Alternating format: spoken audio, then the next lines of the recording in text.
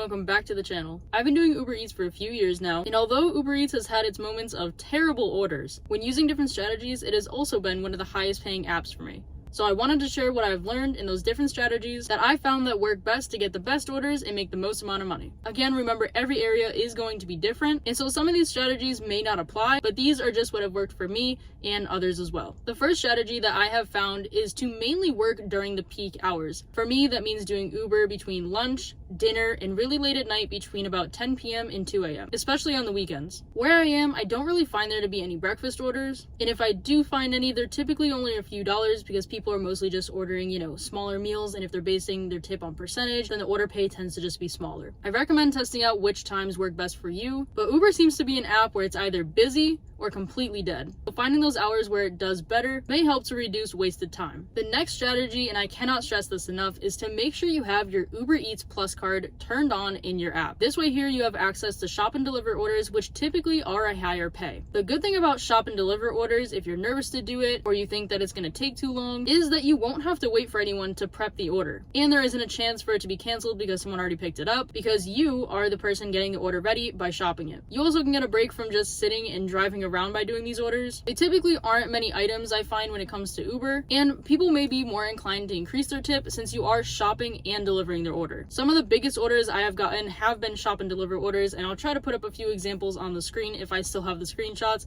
But I would say that maybe almost half of my orders are shop and deliver orders because the pay tends to be a lot better, and because a lot of people don't want to do them and think they take too long, a lot of people just pass over them, so they end up on the trip radar and end up increasing and being worth even more. So I recommend having the card turned on so you can at least see what orders they offer and see if they're worth it to you. Another strategy that is probably really overlooked is where you're waiting for orders. It's good to pick a spot that has good phone connection and is in the middle of all the restaurants. Uber, like a lot of other apps, does send orders to the people that are closest to the restaurant first. And if there's a lot of Uber drivers in your area, if you're not close to the restaurant, you may not get offered anything at all, or only the really bad orders. It's also good to move around, especially if you've been waiting in one spot for a long time and haven't seen anything. And if you don't know what restaurants Uber Eats does deliveries from, you can also download the customer app and take a look at all the restaurants. Then you can see what's open and just in general what restaurants you can pick up from so that you can stay maybe closer to those. Another strategy that is often talked about, but if you don't do it right, could really hurt you, is cherry picking. The most important things to look at when considering accepting an order is the dollars per mile, where the order is going, is it a good restaurant to pick up at, and how long it's going to take. It's good to try and follow a $2 or $3 per mile rule, or whatever works best for you. And the good thing is that Uber actually tells you how long estimated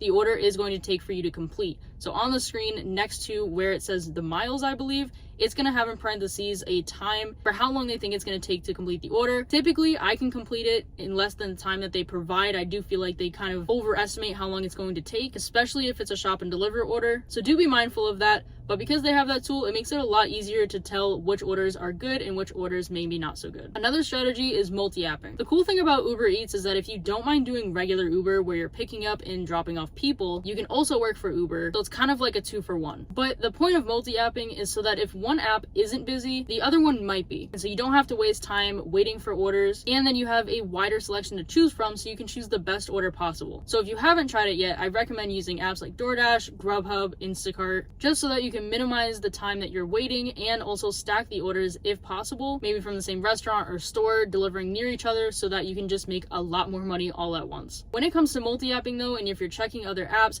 keep in mind that Uber sometimes doesn't send notifications or send you orders if you're not in the app frequently or consistently. So be sure that you go back to the Uber Eats app often, not while driving of course, to make sure that they're still sending you orders and then you don't miss out on any. Something that's pretty unique to Uber and another strategy is to pay attention to the trip radar. Now I know it might be really annoying when the thing just keeps going off, keep adding orders and orders and orders, but it's good to just take a quick scroll through, look for the highest paying order, and then check that one out first. That's typically what I do. And if you think that the trip radar is all bad orders, I would disagree. I think some of my best orders have actually come from the trip radar because it gets passed around so many times, it ends up on the trip radar, and then they just pay a lot more money since no one else wants to do it. This is why it's also good to be waiting for orders kind of right in the center of where everything is, because with the trip radar, they do also match it with the closest driver to the restaurant or the store. So you have a better chance of being able to accept that order on the trip radar if you're closer to wherever the places that you're picking up or shopping from. Another strategy that kind of goes with another one I mentioned earlier is looking at the restaurant that it's picking up from. Oftentimes, Uber, at least compared to DoorDash, Uber typically has more hidden tips, I find, on their orders than DoorDash. And so when you're looking at restaurants to pick up from, of course a hidden tip could be on any order, but you may find that you're getting more hidden tips on orders that are from certain restaurants that are maybe more high paying, or even shop and deliver orders. I'm not sure if this is a strategy or not, but I do want to throw out there that when accepting orders, you do have to be very careful, because when Uber sends multiple orders, unlike other apps, they don't show you both restaurants or where all the pickups are. They'll just list one. So sometimes, say it's for like Friendly's and it says 2 orders, sometimes that second order isn't at Friendly's. So you have to make sure that you pay attention to the map and look for both of the green pickup pins so that you can make sure that it's at the same restaurant or just at restaurants that you want to pick up at. And even though Uber doesn't give you much time to accept the orders, unlike some other apps, be sure you're looking at the map, because sometimes even if you read where the drop-off location is on the screen, if it's multiple orders, it doesn't give you both drop-off locations, and so one might be kind of close and one might be far, or just to a place that you don't want to deliver to.